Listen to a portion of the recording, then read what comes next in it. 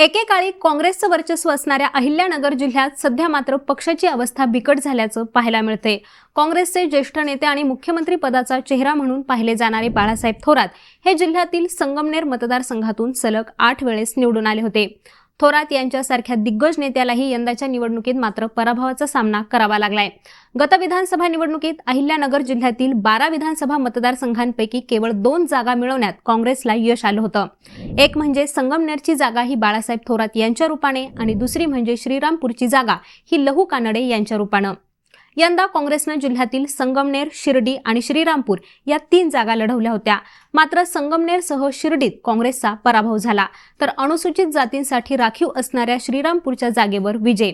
हा विजय काँग्रेससाठी महत्त्वाचा ठरलाय, कारण इथून विद्यमान आमदार लहू कानडे यांचं तिकीट कापून नवख्या असणाऱ्या तरुण चेहऱ्याला उमेदवारी देण्यात आली। काँग्रेसच्या हेमंत ओगले यांच्या विरोधात महायुतीकडून मैत्रीपूर्ण लढत खेळवली गेली होती, तेव्हा शिवसेनेकडून भाऊसाहेब कांबळे आणि राष्ट्रवादीकडून माजी आमदार लहू कानडे यांनी आव्हान उभं केलं होतं।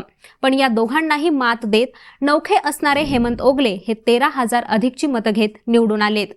तर काँग्रेसला नगर जिल्ह्यात एकमेव जागा मिळवून देणारे हेमंत ओगले नेमके कोण आहेत आणि त्यांच्यासमोर पुढील 5 वर्षात कोणती आव्हानं आहेत, जाणून घेऊयात या व्हिडिओच्या माध्यमातून। खासदार राहुल गांधी यांच्या युवक काँग्रेसच्या पक्षांतर्गत निवडणूक मॉडेलच्या माध्यमातून हेमंत ओगले यांना ओळख मिळाली आहे। युवक काँग्रेसचे निवडणूक निरीक्षक म्हणून त्यांनी उत्तर प्रदेश, मध्य प्रदेश, ओरिसा आणि तमिळनाडू अशा विविध राज्यात काम केले। हे काम करत असतानाच त्यांचा वरिष्ठ नेते दिग्विजय सिंह यांच्याशी संपर्क आला आणि हाच संपर्क त्यांना श्रीरामपूरची उमेदवारी मिळवण्यासाठी कामी आला। मूळचे श्रीगोंदा तालुक्यातील पेडगावचे असणारे ओगले हे मागील 17 वर्षांपासून श्रीगोंदामधून श्रीरामपूरला स्थायिक झालेत। बाळासाहेब थोरात यांच्याशी जवळीक असणारे ओगले हे सुरुवातीला विखे गटाचे म्हणून ओळखले जात होते। 2014च्या विधानसभा निवडणुकीत त्यांनी श्रीगोंदा मतदारसंघातून काँग्रेसकडून निवडणूक लढवली होती, तेव्हा मात्र त्यांना अवघी 5,000 मतं मिळाली। राधाकृष्ण विखे पाटील यांनी जेव्हा काँग्रेस सोडून भाजपमध्ये प्रवेश केला, तेव्हा ओगलेंनी मात्र विखेंसोबत न जाता काँग्रेसमध्येच राहण्याचं पसंत केलं।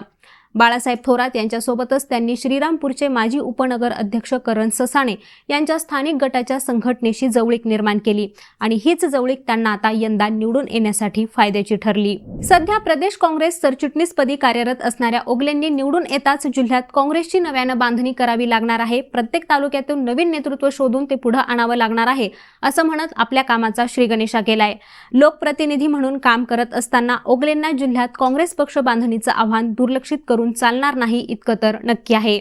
आता मंडळी, याबद्दल तुम्हाला काय वाटतं ते आम्हाला कमेंट करून नक्की सांगा आणि यांसारख्याच विषयांची माहिती मिळवण्यासाठी लेट्सअप मराठीला सर्वच सोशल मीडिया हँडलवरती फॉलो करायला विसरू नका आणि पाहत रहा लेट्सअप मराठी।